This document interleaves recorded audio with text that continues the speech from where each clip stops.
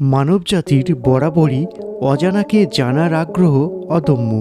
আর এই অজানার পথে পাড়ি জমাতে মানুষ তৈরি করেছে নানা ধরনের যানবাহন।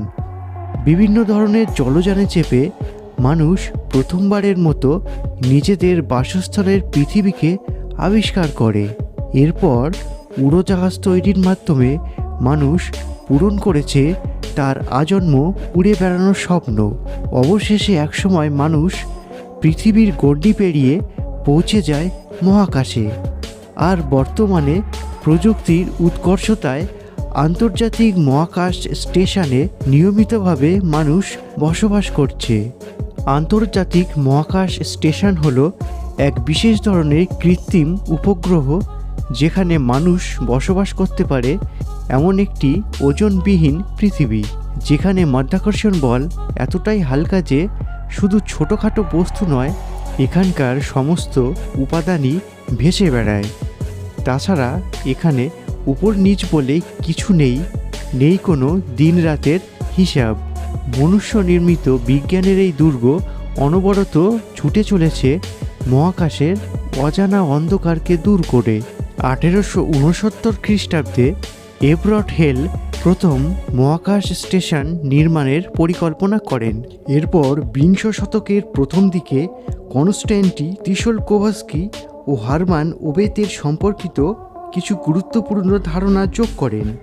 এরপর কল্পনা থেকে বাস্তবে রূপান্তর করতে বহু সময় লেগেছে।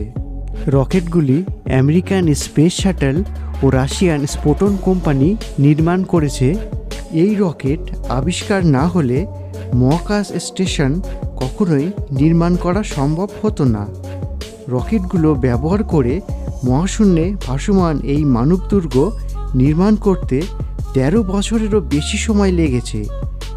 এই স্টেশন নির্মাণের শুরুটা হয়েছিল আমেরিকা ও রাশিয়ান এই দুটি স্টেশনকে মহাকাশে সংযুক্ত করার মাধ্যমে।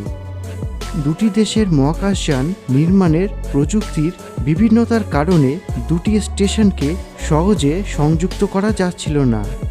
আন্তর্জাতিক মহাকাশ স্টেশন মহাশূন্যে মনুষ্য নির্মিত সবচেয়ে বড় স্থাপনা। পৃথিবীতে বিভিন্ন খণ্ডে স্টেশন নির্মাণ করে মহাকাশে নিয়ে এগুলোকে জোড়া দেওয়া হয়েছে। মহাকাশ স্টেশনের এক একটি খণ্ড বা মডিউল তৈরি করা হয়েছে এশিয়া, ইউরোপ ও উত্তর আমেরিকার একাধিক দেশের সহায়তায়। মডিউলগুলোকে পৃথিবী থেকে মহাকাশের নির্মাণস্থলে পৌঁছানোর কাজে ব্যবহার করা হয়েছে 3 ধরনের রকেট। নভোচারীদের প্রধান উদ্দেশ্য হল এমন সব বিজ্ঞানভিত্তিক গবেষণা করা যা শুধুমাত্র মহাশূন্যে সম্ভব।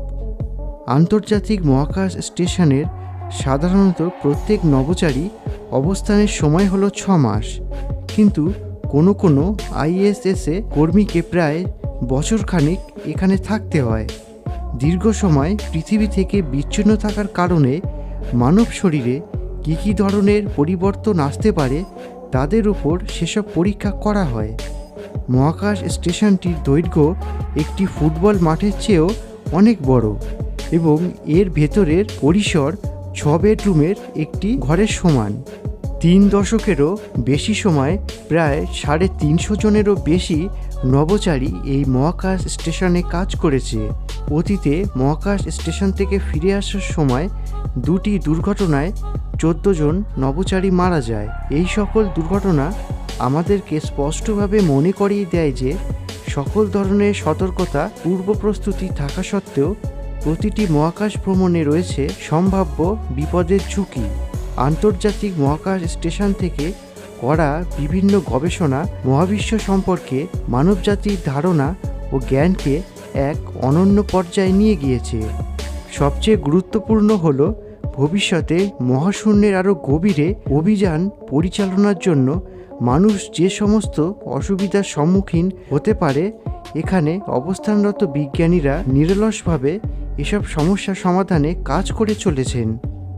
আন্তর্জাতিক মহাকাশ স্টেশন প্রতি ঘন্টায় 28,000 কিলোমিটার দূরত্ব অতিক্রম করতে পারে।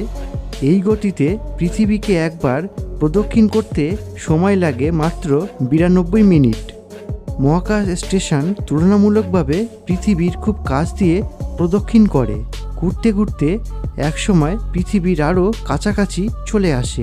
যদি কোনো ব্যবস্থা না নেওয়া হয় তাহলে এটি প্রচণ্ড গতিতে পৃথিবীর বায়ুমণ্ডলে প্রবেশ করবে এবং সঙ্গে সঙ্গেই মারাত্মক দুর্ঘটনা ঘটতে পারে। মানুষের এই মহাকাশ বিজয় নিঃসন্দেহে মানব সভ্যতার এক অবিস্মরণীয় অর্জন। তবে এই অর্জনের সূত্রপাত হয়েছিল উড়োজাহাজ আবিষ্কারের মধ্য দিয়ে। উড়োজাহাজ আবিষ্কারের গল্পটি আপনি কি শুনতে চান? যদি শুনতে চান নিচে অবশ্যই কমেন্ট করে জানাবেন। দেখা হবে পরের এপিসোডে।